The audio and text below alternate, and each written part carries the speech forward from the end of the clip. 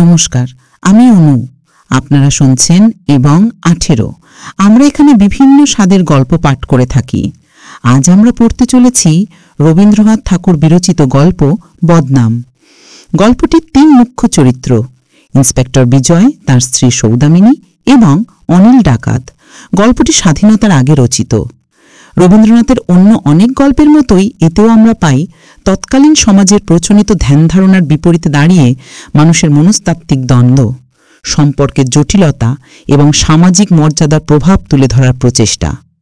রবীন্দ্রনাথ ঠাকুরের অনন্য লেখন শৈলীর মাধ্যমে এই গল্পে ফুটে উঠেছে সামাজিক অন্যায়, অসঙ্গতি এবং মানবিক বোধের সংঘাত, যা আমাদের এক নতুন ভাবনার জগতে নিয়ে যায়, যেখানে সমাজের প্রচলিত নিয়মকানুন এবং এক নারীর ব্যক্তিসত্তার অভ্যন্তরীণ মানসিকতার যে পরস্পর বিরোধিতা তা স্পষ্ট হয়ে ওঠে। শুরু করছি রবি ঠাকুরের গল্প বদনাম। ক্রিং ক্রিং ক্রিং সাইকেলের আওয়াজ। সদর দরজার কাছে লাফ দিয়ে নেমে পড়লেন ইন্সপেক্টর বিজয়বাবু। গায়ে ছাঁটা কুর্তা, কোমরে কোমরবন্ধ, হাফ প্যান্ট পরা, চলনে কেজো লোকের দাপট। দরজার কড়া নাড়া দিতেই গিন্নি এসে খুলে দিলেন। ইন্সপেক্টর ঘরে ঢুকতে না ঢুকতেই ঝংকার দিয়ে উঠলেন, এমন করে তো আর পারি নে, রাত্রিরের পর রাত্রির খাবার আগলে রাখি। তুমি কত চোর ডাকাত ধরলে, সাধু সজ্জনও বাদ গেল না, আর ওই একটা লোক অনিল মিত্তিরের পিছন পিছন তাড়া করে বেড়াচ্ছ। সে থেকে থেকে তোমার সামনে এসে নাকের উপর বুড়ো আঙুল নাড়া দিয়ে কোথায় দৌড় মারে তার ঠিকানা নেই। দেশ শুদ্ধ লোক তোমার এই দশা দেখে হেসে খুন। এই যেন সার্কাসের খেলা হচ্ছে। ইন্সপেক্টর বললে, আমার উপরে ওর নেক নজর আছে কি ভাগ্যিস। ও বেলে খালাস আসামিই বটে, তবু পুলিশে না রিপোর্ট করে কোথাও যাওয়ার হুকুম নেই। তাই আমাকে সেদিন চিঠিতে জানিয়ে গেল, ইন্সপেক্টর বাবু ভয় পাবেন না, সভার কাজ ছেড়েই আমি ফিরে আসছি। কোথায় সভা তার কোনো সন্ধান নেই। পুলিশে ও যেন ভেলকি খেলছে।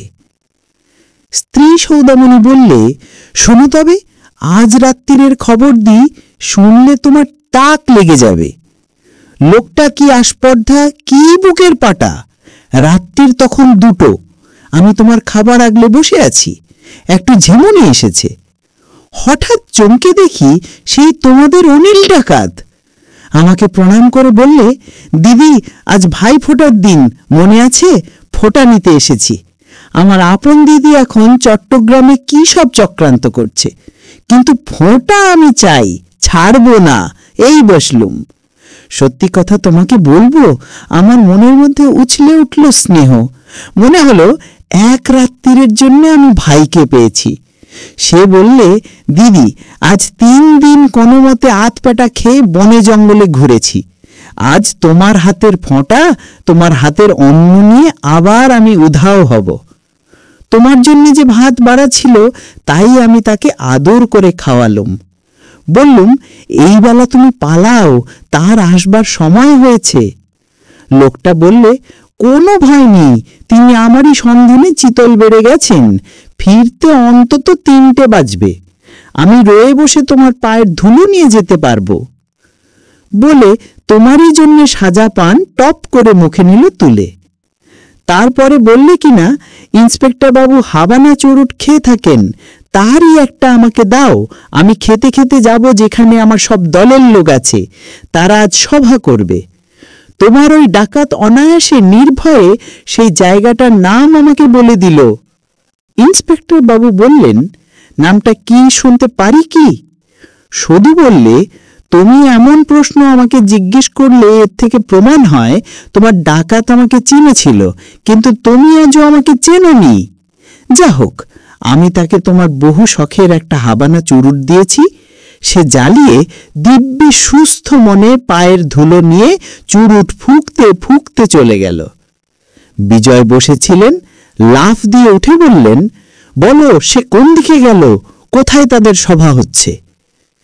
শুধু উঠে ঘাড় বেঁকিয়ে বললে, কি এমন কথা তোমার মুখ দিয়ে বের হলো? আমি তোমার স্ত্রী হয়েছি, তাই বলে কি পুলিশের চরের কাজ করব? আমি তোমার ঘরে এসে যদি ধর্ম খুইয়ে বসি তবে তুমিও বা আমাকে বিশ্বাস করবে কি করে? ইন্সপেক্টর চিনতেন তার স্ত্রীকে ভালো করে। খুব শক্ত মেয়ে, এর জিদ কিছুতেই নরম হবে না। হতাশ হয়ে বসে নিঃশ্বাস ফেলে বললেন, হায় রে, এমন সুযোগটাও কেটে গেল। বসে বসে তার নবাবী ছাদের গোপ জোড়াটাতে তা দিতে লাগলেন আর থেকে থেকে ফুঁসে উঠলেন অধৈর্যে। তার জন্য তৈরি দ্বিতীয় দফার খিচুড়ি তার মুখে রুচল না। এই গেল এই গল্পের প্রথম পালা। শুধু স্বামীকে বললে, কি গো, তুমি যে নিত্য জুড়ে দিয়েছ, আজ তোমার মাটিতে পা পড়ছে না। ডিস্ট্রিক্ট পুলিশের সুপারিনটেন্ডেন্টের নাড়ার পেয়েছ নাকি? পেয়েছি বই কি। কিরকম শুনি? আমাদের যে চর নিতাই চক্রবর্তী, সে ওদের ওখানে চরগিরি করে। তার কাছে শোনা গেল আজ মোচকাঠির জঙ্গলে ওদের একটা মস্ত সভা হবে। সেটাকে ঘেরাও করবার বন্দোবস্ত হচ্ছে। ভারী জঙ্গল। আমরা আগে থাকতে লুকিয়ে সার্ভেয়ার পাঠিয়ে তন্ন তন্ন করে সার্ভে করে নিয়েছি। কোথাও আর লুকিয়ে পালাবার ফাঁক থাকবে না। তোমাদের বুদ্ধির ফাঁকের মধ্যে দিয়ে বড় বড় ফুটোই থাকবে। অনেকবার তো লোক হাসিয়েছ, আর কেন? এবারে ক্ষান্ত দাও। সে কি কথা শুধু, এমন সুযোগ আর পাবো না। আমি তোমাকে বলছি, আমার কথা শোনো। ওই মোচকাঠির জঙ্গল ওসব বাজে কথা। সে তোমাদেরই ঘরের আনাচে কানাচে ঘুরছে। তোমাদের মুখের ওপরে তুলি দিয়ে দেবে দৌড়, আমি তোমাকে বলে দিলাম। তা তুমি যদি লুকিয়ে তাদের ঘরের খবর দাও তাহলে সবই সম্ভব হবে। দেখো, অমন চালাকি করো না। বোকামি করতে হয় পেট ভরে করো। অনেকবার করেছো, কিন্তু নিজের ঘরের বউকে নিয়ে। কথাটা চাপা পড়ল চোখের উপর আঁচল চাপার সঙ্গে। শুধু আমি দেখেছি যে এই একটা বিষয় তোমার ঠাট্টাটুকুও সয় না। তা সত্যি, পুলিশের ঠাট্টাতেও যে গায়ে দাঁত বসে। এখন কিছু খেয়ে নেবে কিনা বলো? তা নেব, সময় আছে। সব একেবারে পাকাপাকি ঠিকঠাক হয়ে গেছে। দেখো, আমি সত্যি কথাই বলবো। তোমরা যা কানাকানি করো তা যদি জানতে পারতুম তাহলে ওদের কাছে ফাঁস করে দেবা কর্তব্য মনে করতুম। সর্বনাশ, কিছু শুনেছ নাকি তুমি? তোমাদের সংসারে চোখ কান খুলে রাখতেই হয়। কিছু কানে যায় বই কি। কানে যায়, আর তারপরে চণ্ডীদাস বলেছেন, কানের ভিতর দিয়া মরমে পশিল গো, আকুল করিয়া দিল প্রাণ। তোমার ওই ঠাট্টাতেই তুমি জিতে যাও। কোনটা যে তোমার আসল কথা ধরা যায় না। তা বুঝবার বুদ্ধি যদি থাকতো তবে এই পুলিশ ইন্সপেক্টরি কাজ তুমি করতে না। এর চেয়ে বড় কাজেই সরকার বাহাদুর তোমাকে লাগিয়ে দিতেন বিশ্বহিতৈষীর পদে, বক্তৃতা দিতে দিতে দেশে বিদেশে জাল ফেলতে। সর্বনাশ! তাহলে সেই যে মেয়েটির গুজব শোনা যাচ্ছে, সে দেখি আমার আপন ঘরের ভিতর কালি। ওই দেখো, কুকুরটা চেঁচিয়ে মরছে, তাকে খাইয়ে ঠান্ডা করে আসি। ইন্সপেক্টর বাবু মহা খাপ্পা হয়ে বললেন, আমি এক্ষুনি গিয়ে লাগাবো এই কুকুরটাকে আমার পিস্তলের গুলি। শুধু তার স্বামীর কাপড় ধরে টেনে বললে, না, তুমি কখনো যেতে পারবে না। কেন? তুমি সামনে গিয়ে দাঁড়ালেই একেবারে টুটি কি করে চেপে ধরবে। ও বড় বদমাইশ কুকুর, ও কেবল আমাকেই চেনে। একটা খবর পেয়েছি শুধু, ওই অনিল লোকটা হরবোলা। ও সব জন্তুর নকল করতে পারে। রোজ রাত্রি 2টোর সময় ওই যে তোমায় ডাক দিচ্ছে না, তাই বা বলে কি করে? শেষকালে আমাকে সন্দেহ। এই রইল তোমার ঘরকন্যা পড়ে, আমি চললাম আমার ভগ্নিপতির বাড়িতে। এই বলে সে উঠে পড়ল। আরে, কোথায় যাও? ভালো মুশকিল। নিজের ঘরের স্ত্রীকে ঠাট্টা করব না? আমি ঠাট্টার জন্য পরের ঘরের মেয়ে কোথায় খুঁজে পাই? পেলেই বা শান্তি রক্ষা হবে কি করে? বলে ওকে জোর করে বসালেন। শুধুকে বলি চোখ মুছতে লাগলো। আহা, কি করছো? কাঁদো কেন? সামান্য একটা ঠাট্টা নিয়ে? না, তোমার এই ঠাট্টা আমার সইবে না, আমি বলে রাখছি। আচ্ছা আচ্ছা, ব্যাস রইল। এখন তুমি আরামে নিশ্চিন্ত হয়ে তোমার কুকুরকে খাইয়ে এসো। ও আবার কাটলেট নইলে খায় না, পুডিং না হলে পেট ওর ভরে না। সামান্য কুকুর নিয়ে তুমি অত বাড়াবাড়ি করো কেন আমি বুঝতেই পারি না। শুধু বললে, তোমরা পুরুষ মানুষ বুঝবে না। পুত্রহীনা মেয়ের বুকে যে স্নেহ জমে থাকে, সেই যে কোনো একটা প্রাণীকে পেলে তাকে বুকের কাছে টেনে নেয়। ওকে একদিন না দেখলে আমার মনে কেবলই ভয় হয়ে থাকে, কে ওকে কোন দিক থেকে ধরে নিয়ে গেল। তাই তো আমি ওকে এত যত্নে ঢেকে ঢুকে রাখি। কিন্তু আমি বলে দিচ্ছি শুধু, কোনো জানার এত আদরে বেশি দিন বাঁচতে পারে না। তা যতদিন বাঁচে ভালো করেই বাঁচুক। বিজয়বাবু বিশ্রাম করতে লাগলেন। ইতিমধ্যে পুলিশের দলবল জুটল, চলল সবাই আলাদা আলাদা রাস্তায় মোচকাঠির দিকে। বহু দূরের পথ, প্রায় রাত পুড়িয়ে গেল যেতে আসতে। পরের দিন বেলা 7টার সময় মুখ শুকিয়ে ইন্সপেক্টর বাড়িতে এসে কেদারাটার উপরে ধপাস করে বসে পড়লেন। বললেন, শুধু বড় ফাঁকি দিয়েছে, তোমার কথাই সত্যি। পুলিশের লোক ঘেরাও করলো বন, সে বনে জনমানব নেই। হই হই লাগিয়ে দিলেন, চিৎকার করে বলতে লাগলে, কোথায় আছো, বের হও, নইলে আমরা গুলি চালাবো। অনেকগুলো ফাঁকা গুলি চলল, কোনো সাড়া নেই। পুলিশের লোক খুব সাবধানে বনের মধ্যে ঢুকে তল্লাশ করল। তখন ভোর হয়ে এসছে, রব উঠল, ধরো এই নিতাইকে, বদমাইশকে। নিতাইরা টিকি দেখা যায় না। একখানা চিঠি পাওয়া গেল, কেবল এই কটি কথা, আসামি নিরাপদ, দিদিকে আমার প্রণাম জানাবেন, অনিল। দেখো দেখি কি কাণ্ড, এর মধ্যে আবার তোমার নাম জানানো কেন? শেষকালে? শেষকালে আবার কি? পুলিশের ঘরের গিন্নি কি আসামির ঘরের দিদি হতেই পারে না? সংসারের সব সম্বন্ধেই কি সরকারি খামের ছাপ মারা? আমি আর কিছু বলবো না, এখন তুমি একটু শো, একটু ঘুমাও। ঘুম ভাঙল তখন বেলা দুপুর। স্নান করে মধ্যাহ্ন ভোজনের পর বিজয় বসে বসে পান চিবোতে চিবোতে বললেন, লোকটার চালাকির কথা কি আর তোমাকে বলবো? ও দলবল নিয়ে চারিদিকে প্রোপাগান্ডা ছড়িয়ে বেড়াচ্ছে। ও ভোর রাত্রে কুম্ভক যোগ করে শূন্যে আসন করে, এটা নাকি অনেকের সচক্ষে দেখা। গ্রামের লোকের বিশ্বাস জন্মিয়ে দিয়েছে ও একজন সিদ্ধ পুরুষ, বাবা ভোলানাথের চিহ্নিত। ওর গায়ে হাত দেবে হিন্দুর ঘরে আজ এমন লোক নেই। তারা আপন ঘরের দাওয়ায় ওর জন্য খাবার রেখে দেয়, রীতিমতো নৈবেদ্য। সকালবেলা উঠে দেখে তার কোনো চিহ্ন নেই। হিন্দু পাহারাওয়ালারা তোর কাছে ঘিঁচতেই চায় না। একজন দারোগা সাহস করে হিজলাকান্দির ডাঙ্গার পরে ওকে গ্রেফতার করেছিল। হপ্তাখানেকের মধ্যে তার স্ত্রী বসন্ত হয়ে মারা গেল। এরপরে আর প্রমাণের অভাব রইল না। তাই জন্য এবারে যখন মোচকাঠিতে ওর কোনো সাড়া পাওয়া গেল না, পাহারাওয়ালারা ঠিক করলো যে ও যখন খুশি আপনাকে লোপ করে দিতে পারে। ও তার একটি সাক্ষীও রেখে গেছে। একটা জলা জায়গায় পায়ের দাগ দেখা গেল, 2 হাত অন্তর এক একটি পদক্ষেপ, 1.5 হাত লম্বা। হিন্দু পাহারাওয়ালারা সেই পায়ের দাগের উপরে ভক্তি ভরে লুটিয়ে পড়ে আর কি। এই লোকটাকে সম্পূর্ণ মন দিয়ে ধরপাকড় করা শক্ত হয়ে উঠেছে। ভাবছি মুসলমান পাহারাওয়ালা আনাবো, কিন্তু দেশের হাওয়ার গুণে মুসলমানকে যদি ছোঁয়াচ লাগে তাহলে আরো সর্বনাশ হবে। খবরের কাগজওয়ালারা মোচকাঠিতে সংবাদদাতা পাঠাতে শুরু করলো। কোন পলাতকের এই লম্বা পা তা নিয়ে অনেকক্ষণ আলোচনা হলো। এখন এই লোকটাকে কি করা যায়?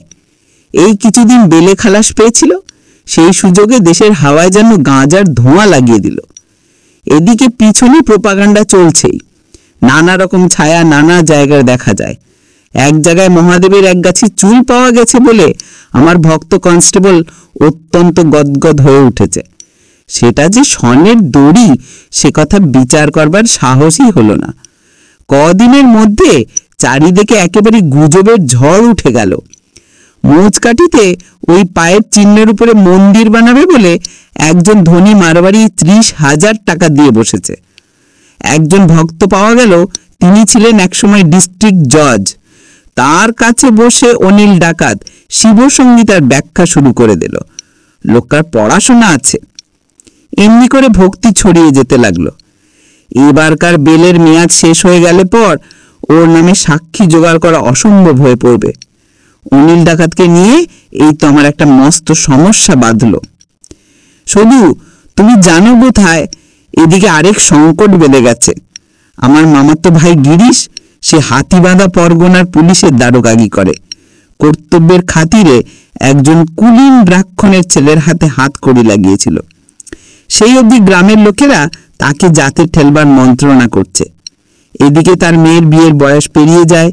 যে পাত্রই জোটে তাকে ভাঙিয়ে দেয় গ্রামের লোক। পাত্র যদি জোটে তবে পুরুত জোটে না। দূর গ্রাম থেকে পুরুতের সন্ধান পেল, কিন্তু হঠাৎ দেখা গেল সে কখন দিয়েছে দৌড়। এবার একটা কিনারা পাওয়া গেছে। বৃন্দাবন থেকে এক বাবাজি এসে হঠাৎ আমার হেড কনস্টেবলের বাড়িতে আড্ডা দিল। সদ্ব্রাক্ষণ খাইয়ে দাইয়ে আমরা সবাই মিলে তাকে খুশি করাচ্ছি। তাকে রাজি করানো গেছে। এখন গ্রামের লোকের হাত থেকে তাকে বাঁচিয়ে রাখতে হবে। শুধু তুমিও এই কাজে সাহায্য করো। উমা, করবো না তো কি, ও তো আমার কর্তব্য।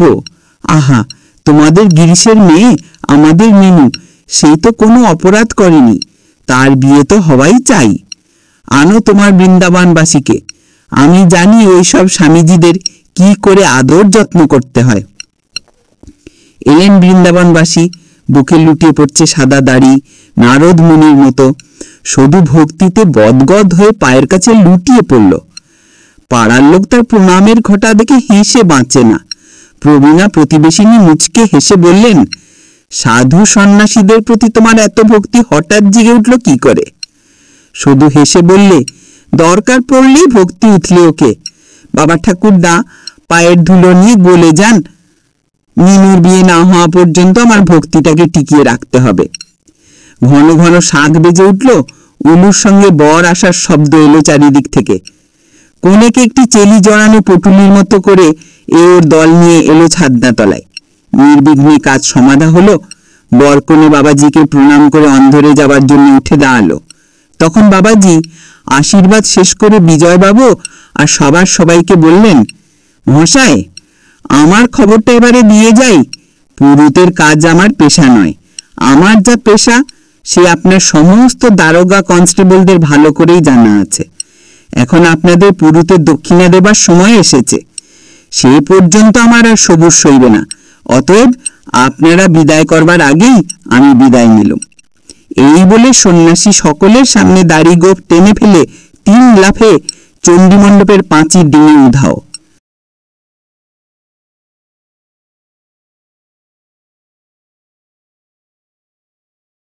দেখো শুধু, এবারে আমি তোমার শরণাপন্ন।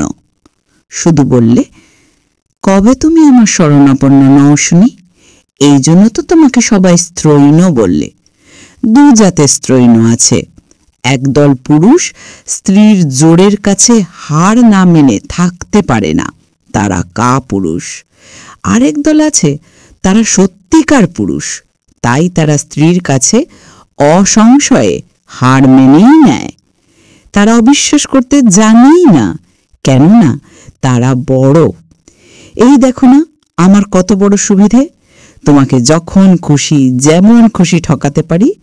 তুমি চোখ বুজে সব নাও। শুধু কি স্পষ্ট স্পষ্ট তোমার কথাগুলি গো। সে তোমারই গুণে কর্তা, সে তোমারই গুণে। এবারে কাজের কথাটা শুনে নাও, ওসব আলোচনা পরে হবে। এবার একটা সরকারি কাজে তোমার সাহায্য চাই, নইলে আমার আর মান থাকে না। পুলিশের লোকরা নিশ্চয়ই জেনেছে এই কাছাকাছি কোথায় এক জায়গায় একজন মেয়ে আছে। সে এখানকার খবর কেমন করে পায় আর ওকে সাবধানে চালিয়ে নিয়ে বেড়ায়। সে আচ্ছা জাহাবাজ মেয়ে। ওরা বলছে সে এই পাড়ারই কোনো বিধবা মেয়ে। যেমন করে হোক তার সন্ধান নিয়ে তার সঙ্গে তোমাকে ভাব করতে হবে। শুধু বললে, শেষকালে আমাকেও তোমাদের চরের কাজে লাগাবে? আচ্ছা, তাই হবে। মেয়েকে দিয়ে মেয়ে ধরার কাজে লাগা যাবে, নইলে তোমার মুখ রক্ষা হবে না। আমি এই ভার নিলুম। 2 দিনের মধ্যে সমস্ত রহস্য ভেদ হয়ে যাবে। পরশু হলো শিবরাত্রি। খবর পেয়েছি অনিল ডাকাত সিদ্ধেশ্বরী তলা মন্দিরে জপ তপ করে রাত কাটাবে। তার মনে তো ভয় ডর কোথাও নেই। এদিকে ও ভারী ধার্মিক কিনা, ওই মেয়েটা থাকবে তার কিরকম তান্ত্রিক মতের স্ত্রী হয়ে। তোমরা পুলিশের লোক আড়ালে আড়ালে থেকো, আমি ধরে দেব, কিন্তু রাত্রি 1টার আগে যেও না, তাড়াহুড়ো করলে সব ফসকে যাবে। অমাবস্যার রাত, 1টা বেজেছে। পায়ের জুতো খোলা 2-1টা লোক অন্ধকারে নিঃশব্দে এদিকে ওদিকে বেড়াচ্ছে। বিজয়বাবু মন্দিরের দরজার কাছে। একজন চুপি চুপি তাকে ইশারা করে ডাকলে আস্তে আস্তে বললে, সেই ঠাকুরনিটি আজ মন্দিরের মধ্যে এসেছেন তাতে সন্দেহ মাত্র নেই। তিনি বিখ্যাত কোনো যোগিনী ভৈরবী, দিনের বেলা কারো চোখেই পড়েন না। রাত্রি 1টার পর শুনেছি নটরাজের সঙ্গে তার নৃত্য। একটা লোক 2 বাতে দেখেছিল, সে পাগল হয়ে বেড়াচ্ছে চারিদিকে। হুজুর, আমরা মন্দিরে গিয়ে ওই ঠাকুরের গায়ে হাত দিতে পারবো না, এমনকি চোখে দেখতেও পারবো না, এ বলে রাখছি। আমরা ব্যারাকে ফিরে যাব ঠিক করেছি, আপনি একলা যা পারেন করবেন। একে একে তারা সবাই চলে গেল। নিঃশব্দ বিজয়বাবু যত বড় একেলে লোক হন না কেন, তার যে ভয় করছিল না এ কথা বলা যায় না। তার বুক দুরদুর করছে তখন। দরজার কাছ থেকে মেয়েলি গলায় গুনগুন আওয়াজ শোনা যাচ্ছে, ধাইন নিত্যং মহেশং রজকগিরিনিভং চারুচন্দ্রাবতংসং। বিজয়ের গায়ে কাঁটা দিয়ে উঠতে লাগলো। ভাবলেন কি করা যায়। একসময় সাহসে ভর করে দিলেন দরজায় ধাক্কা। ভাঙা দরজা খুলে গেল। ভিতরে একটি মাটির প্রদীপ মিটমিট করে জ্বলছে। দেখলেন শিবলিঙ্গের সামনে তার স্ত্রী জোড়হাত করে বসে, আর অনিল একপাশে পাথরের মূর্তির মতো দাঁড়িয়ে। নিজের স্ত্রীকে দেখে সাহস হলো মনে। বললেন, সদু, অবশেষে তোমার এই কাজ? হ্যাঁ, আমি সেই মেয়ে যাকে তোমরা এতদিন খুঁজে বেড়াচ্ছ। নিজের পরিচয় দেব বলেই আজ এসেছি এখানে। তুমি তো জানো আমাদের দেশে দৈবাত 2-1জন সত্যিকার পুরুষ দেখা দেয়। তোমাদের একমাত্র চেষ্টা এদের একেবারে নির্জীব করে দিতে। আমরা দেশের মেয়েরা যদি এই সব সুসন্তানদের আপন প্রাণ দিয়ে রক্ষা না করি, তাহলে আমাদের নারী ধর্মকে ধিক। তোমার অগোচরে নানা কৌশলে এতদিন এই কাজ করে এসেছি। যার কোনো হুকুম কখনো ঠেলতে পারিনি, সকলের চেয়ে কঠিন আজকের এই হুকুম, এও আমাকে মানতে হবে। এই আমার দেবতাকে আজ তোমার হাতেই ছেড়ে দিয়ে আমি সরে দাঁড়াবো। জানি আমার চেয়ে বড় রক্ষক তার মাথার ওপরে আছেন। 2 দিন পরেই সমাজের সঙ্গে আমার সম্বন্ধ কিরকম নিন্দায় ভরে উঠবে তা আমি জানি। এই লাঞ্ছনা আমি মাথায় করেই নেব। কখনো মনে করিও না চাতুরি করে তুমি তোমার স্ত্রীকে বাঁচিয়ে এই মানুষকে আলাদা নালিশে জড়াতে পারবে। আমি চিরদিন তার পিছন পিছন থেকে শাস্তির শেষ পালা পর্যন্ত যাব। তুমি সুখে থেকো, তোমার ভয় নেই। ইচ্ছে করলেই তুমি নতুন সঙ্গিনী পাবে। আর যা করো, আমাকে দয়া করিও না। আমার চেয়ে অনেক বড় যারা, তাদের তুমি তা করনি। সেই নিষ্ঠুরতার অংশ নিয়ে মাথা উঁচু করেই আমি তোমার কাছ থেকে বিদায় নেব। প্রাণপণে তোমার সেবা করেছি ভালোবেসে, প্রাণপণে তোমাকে বঞ্চনাও করেছি কর্তব্য বোধে, এই তোমাকে জানিয়ে গেলাম। এরপরে হয়তো আর সময় পাব না। সদুর কথায় বাধা দিয়ে অনিল বলে উঠল, বিজয়বাবু, আজ আমি ধরা দেব বলেই স্থির করে এসেছিলাম। আমার আর কোনো ভাবনা নেই। আমার কাজ শেষ হয়ে গেছে। আপনি সদুর কথায় ভরকাবেন না। ও একটি অসাধারণ মেয়ে, জন্মেছে আমাদের দেশে, একেবারে খাপছাড়া সমাজে। খুব ভালো করেই চিনেছি আমি ওকে। চিনি বলেই আপনাকে বলছি, ও নিষ্কলঙ্ক। যে কঠিন কর্তব্য আমরা মাথায় নিয়ে দাঁড়িয়ে আছি, সেখানে ভালোবাসার কোনো ফাঁক নেই। আছে কেবল আপনকে জলাঞ্জলি দেওয়া। বিশ্ব সংসারের লোক সদুর সম্বন্ধে কিচ্ছু জানবে না। আপনার কোনো ভয় নেই। ওকে নিয়ে আপনি মন্দিরের সুড়ঙ্গ পথ দিয়ে বাড়ি ফিরুন, আর আমি অন্য দিক থেকে পুলিশের হাতে এক্ষুনি ধরা দিচ্ছি। এই সঙ্গে একটি কথা আপনাদের জানিয়ে রাখি, আমাকে আপনারা বাঁধতে পারবেন না। রবি ঠাকুরের একটা গান আমার কণ্ঠস্থ। আমারে বাঁধবি তোরা, সেই বাঁধন কি তোদের আছে। হঠাৎ গেয়ে উঠল বিদেশি গলায়। মন্দিরের ভিত থরথর করে কেঁপে উঠল গলার জোরে। অবাক হয়ে গেলেন ইন্সপেক্টর বাবু। এই গান অনেকবার গেয়েছি, আবার গাইব, তারপরে চলব আফগানিস্তানের রাস্তা দিয়ে। যেমন করে হোক পথ করে নেব, আপনাদের সঙ্গে এই আমার কথা রইল। আর 15 দিন পরে খবরের কাগজে বড় বড় অক্ষরে বেরোবে, অনিল বিপ্লবী পলাতক, আজ প্রণাম হই। হঠাৎ বিজয়ের হাত কেঁপে উঠল, টর্চটা মাটিতে পড়ে গেল হাত থেকে। মুখের ওপরে 2 হাত চেপে বসে পড়লেন। প্রদীপটাও দমটা হাওয়াতে শেষ হয়ে গেছে আগেই।